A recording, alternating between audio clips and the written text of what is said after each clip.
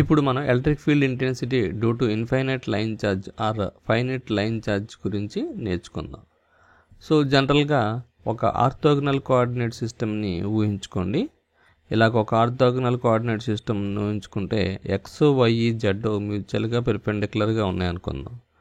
So ఈ mutual perpendicular దాంట్లో ఒక లైన్ ఎలిమెంట్ని మీరు ఇలా ప్లేస్ చేశారనుకుందాం, ఇన్ఫైనైట్ లైన్ అనుకుందాం. సో ఇన్ఫైనైట్ లైన్లో ఇది ప్లస్ ఇన్ఫినిటీ అనుకుంటే ఇది మైనస్ ఇన్ఫినిటీ అయి ఉండొచ్చు. సో ఇన్ఫైనైట్ లైన్ అనుకున్నాం కాబట్టి ఎట్ ఏ పాయింట్ పి దగ్గర ఈ స్మాల్ డిఫరెన్షియల్ ఎలిమెంట్ డిఎల్ని తీసుకుంటే ఈ ఇన్ఫైనైట్ లైన్కి ఇక్కడి నుంచి ఇక్కడికి దీన్ని వాల్యూ జెడ్ డాష్ అనుకుంటే length is equal to Z dash అనుకుంటే ఈ డిఎల్ అనేది డిజెడ్ డాష్తో సమానం అవుతుంది. సో ఈ స్మాల్ డిఫరెన్షియల్ వల్ల ఈ పాయింట్ పీకి ఎంత ఎలక్ట్రిక్ ఫీల్డ్ ప్రొడ్యూస్ అవుతుంది అనేది small differential electric field DE bar అవుతుంది. సో ఈ పాయింట్ పి దగ్గరికి ఈ లైన్ ఎలిమెంట్ వల్ల ఈ పాయింట్ పి దగ్గరికి ఎంత డిఫరెన్షియల్ ఎలక్ట్రిక్ ఫీల్డ్ వస్తుంది ఐడెంటిఫై చేస్తే సేమ్ ఇదే ఇంటిగ్రేషన్ అన్ని పార్ట్లకి మనం వెరిఫై చేస్తే టోటల్ లెంత్ ఆఫ్ ది కండక్టర్కి మనకి electric field intensity due to this point charge అనేది వచ్చేస్తుంది. ఓకే, ఇప్పుడు దీని యొక్క డిస్టెన్స్ రో అనుకుంటున్నాం, దీని డిస్టెన్స్ జెడ్ డాష్ అనుకుంటున్నాం. ఆబ్వియస్గా యూనిట్ వెక్టర్స్ ఈ rho into A rho bar అవుద్ది, ఇక్కడ ఏ జెడ్ డాష్ ఇంటూ ఏ జెడ్ బార్ అవుతుంది. దీని డైరెక్షన్ ఇది, దీని డైరెక్షన్ ఇది. ఏట పాయింట్ పి ఇక్కడ పెట్టాం కాబట్టి ఈ డైరెక్షన్ ఇటువైపుకి వస్తుంది. ఎందుకంటే లెంత్ ఆఫ్ ది కండక్టర్కి పెర్పెండిక్యులర్గా పాయింట్ పి ఉంది కాబట్టి ఏ పాయింట్ అయితే పెట్టామో ఆ పాయింట్కి 2 వాట్స్గా ఎలక్ట్రిక్ ఫీల్డ్ ప్రొడ్యూస్ అవుతుంది కాబట్టి ఈ ఆర్ డైరెక్షన్ ఇటువైపు వస్తుంది. కొంతమంది పొరపాటున ఎలా రివర్స్ చేస్తారు తెలియక అలా చేయకండి. లెంత్ ఆఫ్ ది కండక్టర్కి పెర్పెండిక్యులర్గా ఒక పాయింట్ పి దగ్గర మనం ఎలక్ట్రిక్ ఫీల్డ్ ఐడెంటిఫై చేస్తున్నాం కాబట్టి ఆర్ బార్ అనేది ఇలాగే వస్తుంది. సో దీన్ని బట్టి డైరెక్ట్గా మనం వెక్టర్ని రాయొచ్చు. ఏమని రాయొచ్చు అంటే జెడ్ డాష్ ఏ జెడ్ బార్ ఈ డైరెక్షన్, అక్కడి నుంచి మళ్ళీ సేమ్ డైరెక్షన్ కాబట్టి plus R bar is equals to rho A rho bar. Therefore R bar is equals to rho A rho bar minus Z dash A Z bar ఇలా రాయొచ్చు. లేదా ఈ point P దగ్గర distance రో కాబట్టి రో ఉంది, అలాగే ఇక్కడి నుంచి ఇక్కడికి యాంగిల్ 5 కాబట్టి 5 కూడా ఉంది. ఈ పాయింట్ దగ్గర జెడ్ 0 కాబట్టి 0, రో 5 0 పాయింట్. ఈ పాయింట్ దగ్గర తీసుకుంటే రో అనేది 0, 5 అనేది కొంత ఉంది, జెడ్ అనేది కూడా కొంత ఉంది. ఇది ఇక్కడి నుంచి ఇక్కడికి రో 0, 5 it is making an angle up to this point కూడా 5 ఉంది. జెడ్ అనేది కూడా ఇక్కడి నుంచి ఇక్కడికి కొంత డిస్టెన్స్ ఉంది కాబట్టి జెడ్ కూడా ఉంది. సో ఈ పాయింట్స్ ఏంటనంటే రో 5 0 ఒక పాయింట్, అలాగే 0 5 జెడ్ ఒక పాయింట్. ఓకే, ఈ డైరెక్షన్లో ఉంది కాబట్టి ఇక్కడి నుంచి ఈ పాయింట్ తీయాలి. రో minus 0 rho into A rho bar plus 5 minus 5 0 కాబట్టి అవసరం లేదు. 0 మైనస్ జెడ్ మైనస్ జెడ్ ఏ జెడ్ బార్. ఓకే, జెడ్ బదులు జెడ్ డాష్ రాసుకుంటాం అంతే, అది వేరే విషయం. ఇక్కడ డిఫరెన్షియల్ ఎలిమెంట్ దగ్గర లెంత్ జెడ్ డాష్ కాబట్టి అలా రాసుకుంటాం. సో ఇప్పుడు ఇలాగైనా చేయొచ్చు, ఇలాగైనా చేయొచ్చు, మీకు ఏది కంఫర్టబుల్గా ఉంటే దాన్ని ఫాలో అవ్వండి. ఓకే, ఆ తర్వాత దీని యొక్క ఛార్జ్ డెన్సిటీ అనేది రో ఎల్, అలాగే dq by dl is equals to rho L formula మనకు తెలుసు. Dq is equals to rho L dl. Okay, so differential electric field formula ఏంటంటే electric field formula dE is equals to dq by 4π epsilon naught R square into a r bar. Okay, so దీన్ని dq అంటే rho L into dl అంటే D Z dash, a r bar అంటే R bar by modulus of R bar divided by 4π epsilon naught modulus of R square. So దీన్ని మనం ఎలా రాయొచ్చు అంటే are find out చేసామనుకోండి, ఇది రో ఏ రో మైనస్ జెడ్ ఏ జెడ్ అనేది ఇది ఆర్ బార్ కదా. సో ఆర్ బార్ ఏమొచ్చింది, రో ఏ రో మైనస్ జెడ్ డాష్ ఏ జెడ్ బార్ వచ్చింది. మాడ్యులస్ ఆఫ్ ఆర్ బార్ రావాలంటే square root of rho square plus Z dash square వస్తుంది, లేదా R rho square plus Z dash square whole power 1/2 అని రాయొచ్చు కదా, whole power 1/2 అని రాయొచ్చు. So ఇది మాడ్యులస్ ఆఫ్ ఆర్ స్క్వేర్, ఇది మాడ్యులస్ ఆఫ్ ఆర్ అంటే modulus of R cube. Okay, R స్క్వేర్ని ఏ విధంగా రాయొచ్చు అంటే rho square plus Z square అని రాయొచ్చు. మాడ్యులస్ ఆఫ్ ఆర్నేమో rho square plus Z square whole power 1/2 అని రాయొచ్చు. సో ఇదేమో 1, ఇది 1/2 కాబట్టి 1 + 1/2 అంటే 3/2 అవుతుంది. సో దీన్ని మనం rho square plus Z square whole power 3/2 అని రాయొచ్చు. So D E bar is equals to rho L D Z dash, R bar means rho A rho bar minus Z dash A Z bar divided by 4 pi epsilon naught rho square plus z dash square whole power 3/2. ఇదేమో rho square plus Z square plus ఇది rho square plus Z square whole power 1/2. So టోటల్గా 1/2 plus 1 3/2 అయింది. ఇది formula.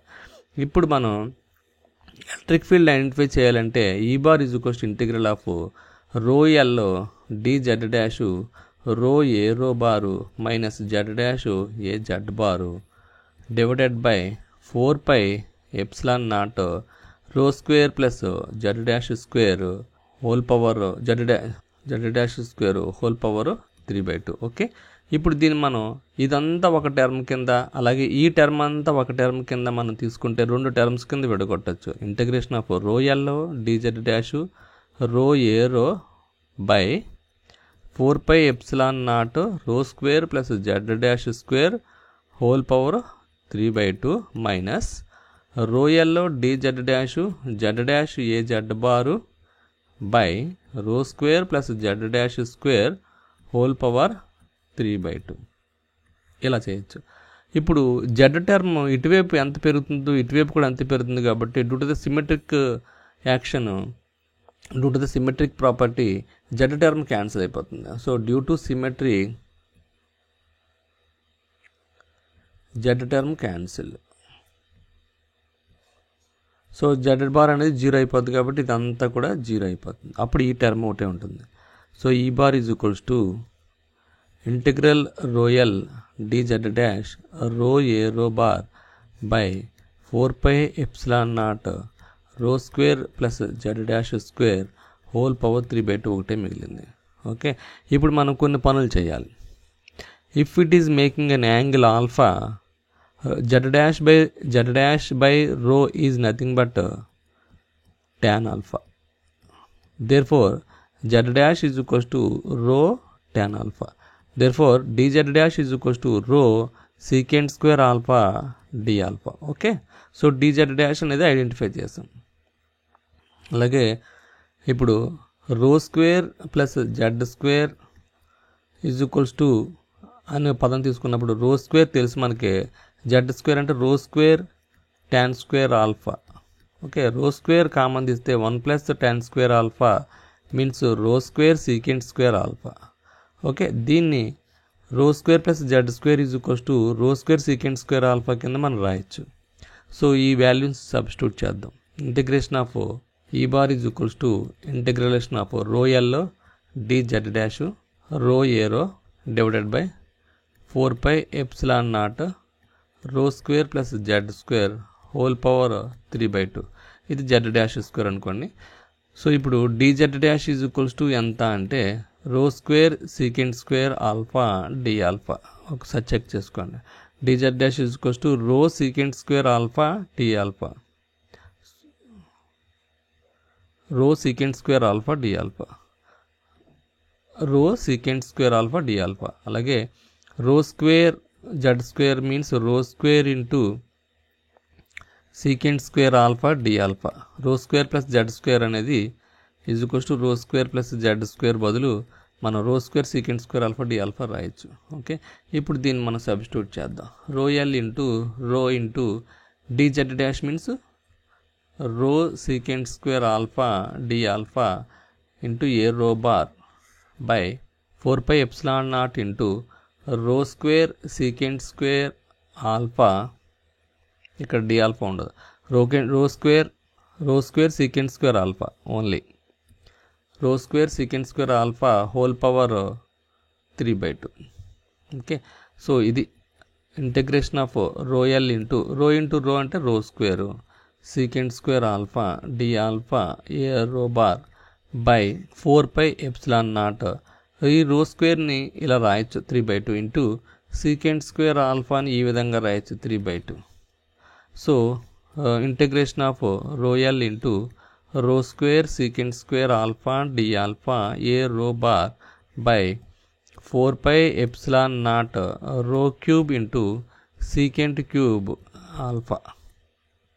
So rho square rho times పోతుంది, secant square alpha secant times పోతుంది. అప్పుడు rho L by 4 pi epsilon నాట్ని బయటకు తీసుకొస్తే ఇక్కడ ఏమొస్తుందని అంటే 1/secant ఆల్ఫా అనేది కాస్ ఆల్ఫా కింద వస్తుంది, D alpha A rho bar వస్తుంది డివైడెడ్ బై రో వస్తుంది. ఓకే, ఇది అంతా ఈ రోను కూడా బయట తీసుకొచ్చేస్తే ఇక్కడ 4πε0 రో వస్తుంది rho L. So E bar is equals to rho L by 4πε0 rho into integration of cos alpha D alpha A rho bar. Okay, మనకి లిమిట్స్ -∞ to +∞. ఓకే, సో దీన్ని మనం α1 α2 అనేది లిమిట్స్ కింద తీసుకున్నాం అనుకోండి. ఇక్కడ లిమిట్స్ దీనికి మనం ఇదొక α1 కింద ఇదొక α2 కింద ఇలా తీసుకున్నాం అనుకోండి. అప్పుడు మనకి ఏమొస్తుందని అంటే rho L by 4πε0 rho into integration of cos alpha. Integration of cos alpha is if it is α1 and α2, integration of cos alpha is sine alpha. So sine alpha 2 minus sin alpha 1 into a rho bar. Okay, if alpha 1 is equals to -π/2 and alpha 2 is equals to +π/2, then we can write as e bar is equals to rho l by 4πε0 rho integration of -π/2 and π/2. Okay, so this is cos alpha d alpha a rho bar.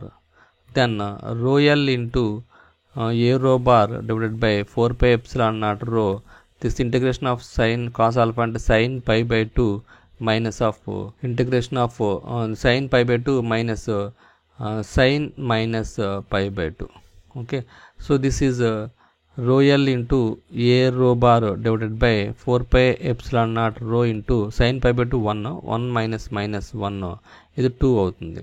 Okay, so therefore e bar is equals to rho l into a rho bar by 4πε0 rho into this is 2 times పోతుంది. So ఫైనల్గా e bar is equals to rho l into a rho bar by 2πε0 rho.